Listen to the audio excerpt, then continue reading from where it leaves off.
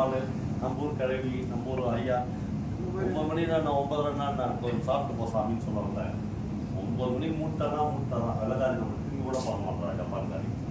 அப்புறம் மீறி போய் சாப்பாடு வாங்கினா அந்த சாப்பாடுலாம் நம்மளால சாப்பிடவே முடியல. இவ்வளோ பெரிய ஏதோ கேக் மாதிரி இருக்குது, பார்த்தா அரிசியில் செஞ்ச கேக் அது. அது மேலே பச்சை மீன் வச்சு கொடுக்கலாம்.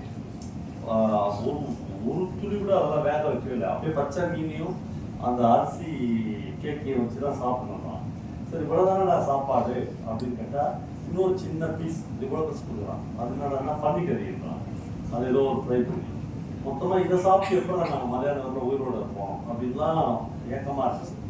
அதனால் இந்த லாட்ஜில் போய் தங்கவே மாட்டேன். அது மட்டும் கேட்டேன் நான், லாட்ஜில் மட்டும் வேணாங்க. நான் இப்போ போன தடவை யூஸ் பண்ணுவோம். அவர் சொன்னார், சார் நீங்கள் வேறு சார் நீங்கள் புது பிரச்சனை உண்டாங்க அப்படின்னு கேட்டார். கூட்டம் ஏன் நியூயார்க்கில் நியூஜெர்சிலாம் நீங்கள் யார் வீட்டில் யார் தங்க வைக்கிறது 20-30 பேர் போட்டி பண்ணுங்க.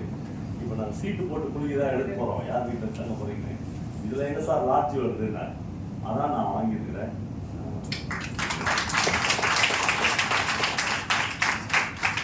ரொம்ப சந்தோஷமாக இருக்குது. இப்படி ஒரு நிறைவா இவ்வளோ குறைவா ஆடியன்ஸ் கிட்ட தான் பேசணும் அப்படின்னு தோணுது.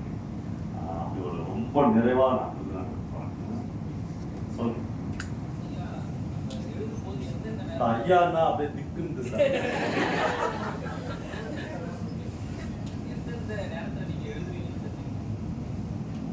ஜாலியான ஒரு கதை சொல்றேன். பிரபஞ்சன் சார் வந்து கடைசியா இதுல இருந்தாரு, லாய்ஸ் ரோட்ல பீட்டர்ஸ் காலனில பக்கத்துல, வீட்டு பக்கத்துல வந்து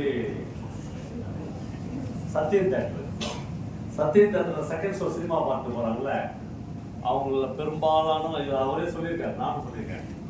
அவர் வீட்டுக்கு முன்னாடி நின்று 3வது மாடியில் அவர் வீடு தனியாக தான் இருக்கார். அவங்க ஒய்ஃபில் அங்கே தான் நான் பார்த்துருக்கேன்.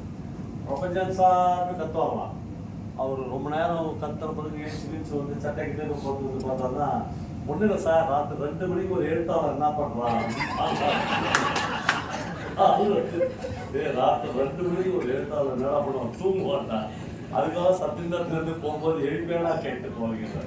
அது மாதிரி ஒரு ரெகுலாரிட்டி இருக்குல்ல, காலை எழுந்தவுடன் படிப்பு, இந்த கழிவு கொடுக்கும் நல்ல பாட்டு, அதெல்லாம் பாரதியார் இருக்கிறத எங்களை மாதிரி இன்டிசிப்ளின் ஆட்களுக்கு சரியா வராது.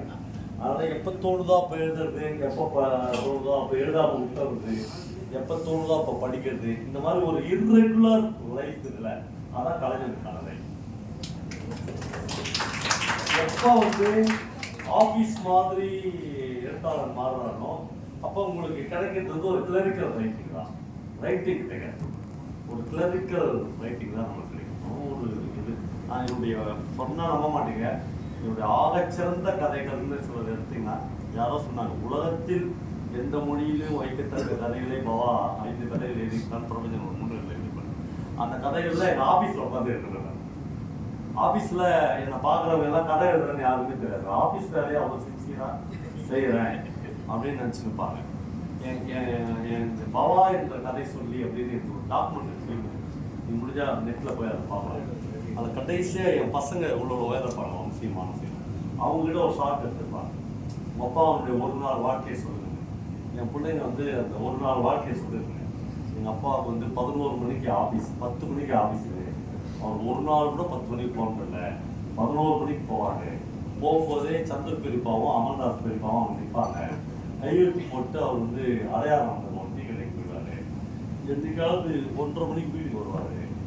அப்புறம் மதியானம் சாப்பிட்ட உடனே எங்கள் அம்மாட்ட, சரியா மழை வர மாதிரி இருக்குது, எடுத்தாவது மழை முக்கியம் இல்லையா, ஆஃபீஸுக்கு போய் போகலாமா அப்படின்னு வீட்டிலே இருந்துருவார். அந்த சொன்ன ஸ்டேட்மெண்ட் இருக்குல்ல, அதை மட்டும் வச்சு அந்த டிஸ்மிஸ் பண்ணிட்டுருவான். அதனால எந்த ஸ்டேட்மெண்ட்டுமே வேணாம், யாருமே ரெக்கமெண்ட் பண்ணுறாங்க, மெமோவே கிடையாது, டைரக்டாக டிஸ்மிஸ் பண்ண சர்வீஸ். நல்ல வேலை இந்த இபி ஆஃபீஸர்ஸ் யாரும் அதை பார்க்கல அந்த இன்டர்வியூ. இப்போ யார் இப்போ தெரியுமா சொல்கிறேன்னா, இனிமேல் பார்த்தா கவலை கிடையாது, நம்ம எப்பயோ வந்தாச்சு ஒரு 5 வருஷத்துக்கு முன்னாடி இபி வேலை தான் வேலை.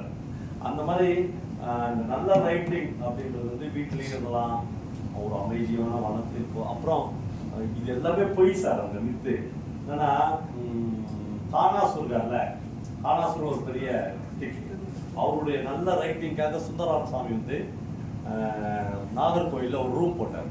1 மாதம் 1 மாசம் ரூம் போட்டு டெய்லி போய் காணாசை பார்ப்பாராம். ஈவினிங் போய் ஒரு ஜவுளி கடை வச்சுருக்காரு. ஜவுளி கடை மூடிட்டு போய் இன்னைக்கு என்ன எழுதுனே அப்படின்னு கேட்பாராம். நல்ல காஃபி சொல்லுங்க அப்படின்னு அவர். காஃபி தான் 30 காஃபி 40 காஃபி வேஸ்ட்டாக சொல்லி ஒரு வரைக்கும் தான் எழுதுறேன். 30வது நாள் பிறகு ஊர் போட்டாரு. அப்போ லாட்ஜ் பில்லு கட்டினது, காஃபி குடிச்சது, சாப்பிட்டது தான் செலவாச்சு. அப்படி எழுத முடியாது. ரைட்டர் எப்போ வேணாலும் எதை வேணாலும் எங்கே வேணாலும்